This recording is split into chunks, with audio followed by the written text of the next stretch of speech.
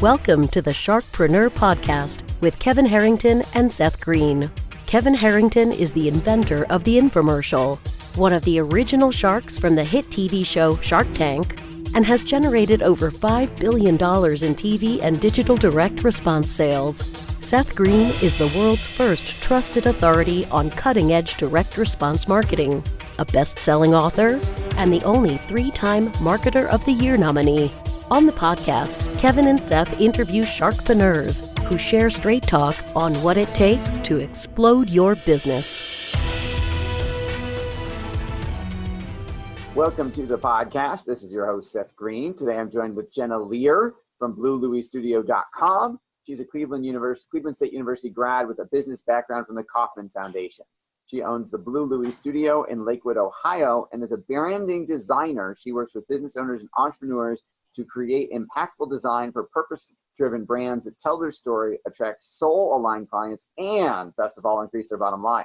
Jenna is fiercely devoted to empowering women and promoting confidence in all aspects of life and business. She knows it starts with believing in yourself, and when you do that, magical things start to happen. Jenna from BlueLouiStudio.com, thank you so much for joining us today. Absolutely. Thank you for having me. All right, let's go back in time a little bit. How did you get started? Yeah, so my background is mostly from corporate America. I've worked in the marketing and design departments. I've been in advertising. I've also been in apparel production. And then at some point I decided, this just isn't feeling right. This isn't aligned. There's something that I need to be doing in terms of the work that I'm meant to do. And so through a series of very random events and going through an entrepreneurship program, I decided it's time. So I launched Blue Loui Studio shortly after joining that program. That is awesome. And what types of clients are you serving? So most of my clients are actually in the digital or online space. They are powerhouse online entrepreneurs, but a lot of my clients also serve offline too. So it's a really nice mix, but most of them are women. Most of them are in their 1 to 5 years. And it's really beautiful to be a part of their journey and growing their business and brand. Absolutely. What are some of the biggest mistakes you're finding that they're making before they come to you that you're helping them with? Oh, that's a good question. Branding is a tricky thing because when you build a business, you're essentially building a brand if you plan for it to be a sustainable business. And so you have to lay a lot of foundation.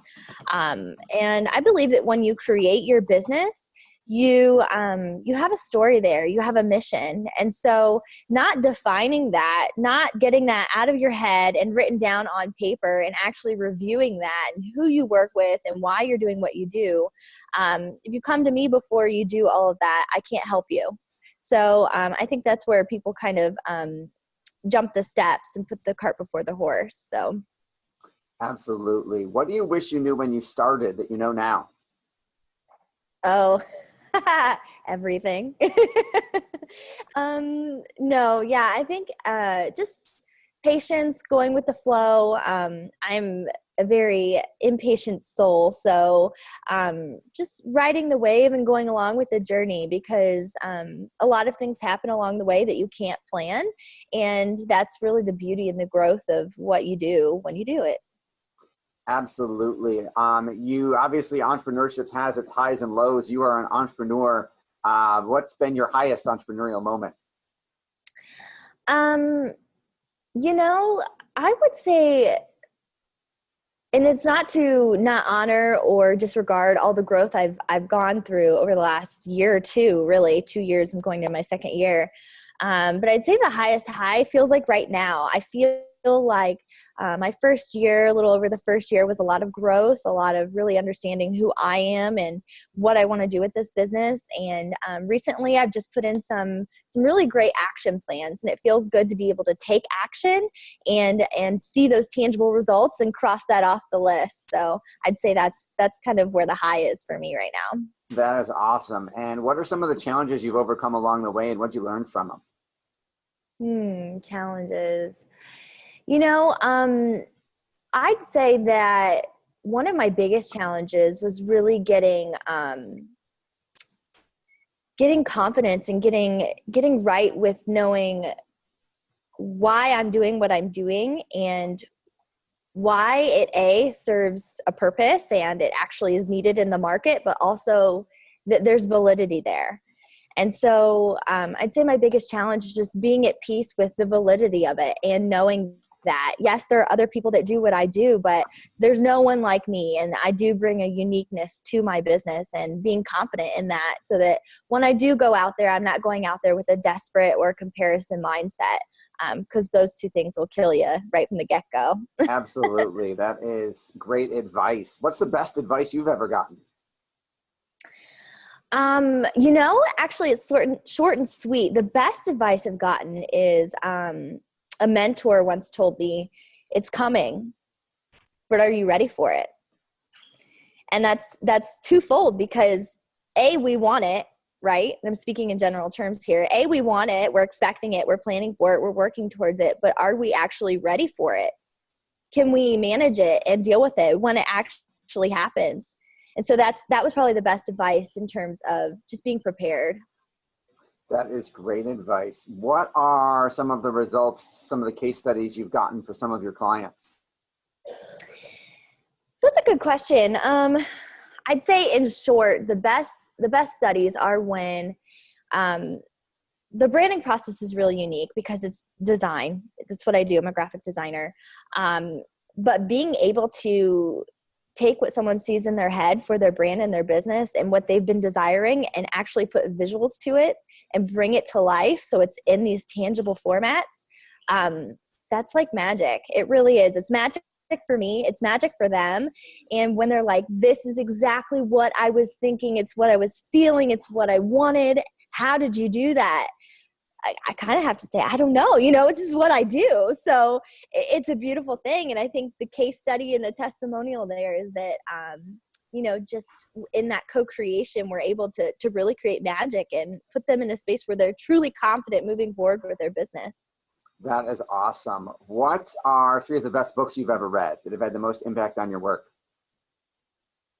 Oh, that's a good question.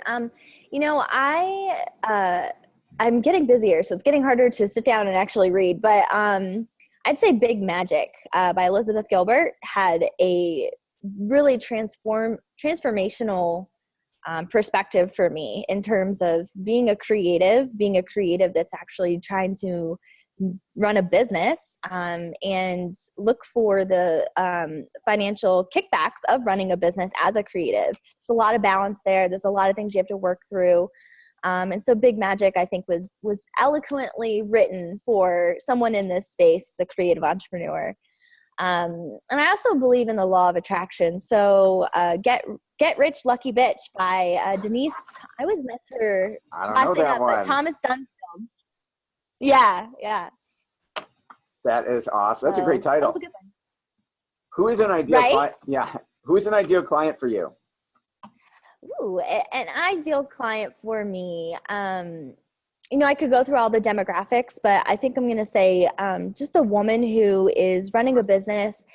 She has an audience, and she's confident in what she does, knows her story, but is really ready to take her business to the next level and understands that branding can do that for her. And so she needs someone who she can trust and co-create with, and that's what I do.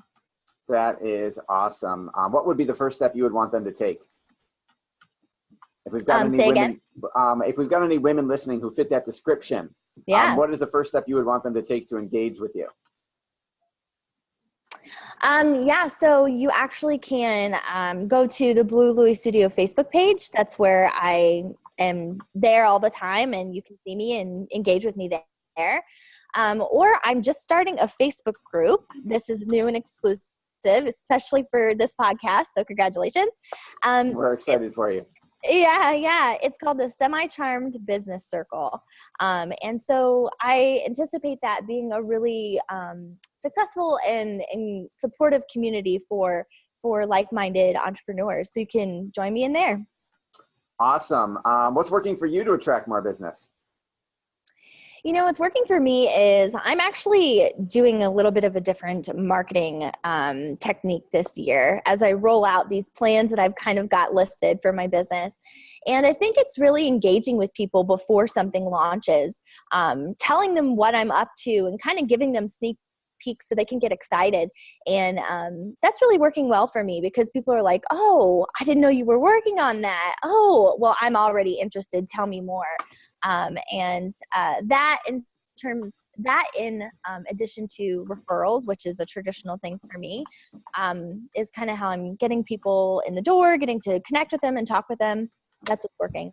That is awesome. And you talked about, I want to go back to something. You talked about the process at the end looking like magic and them you reading their minds and them feeling like it was exactly what they wanted.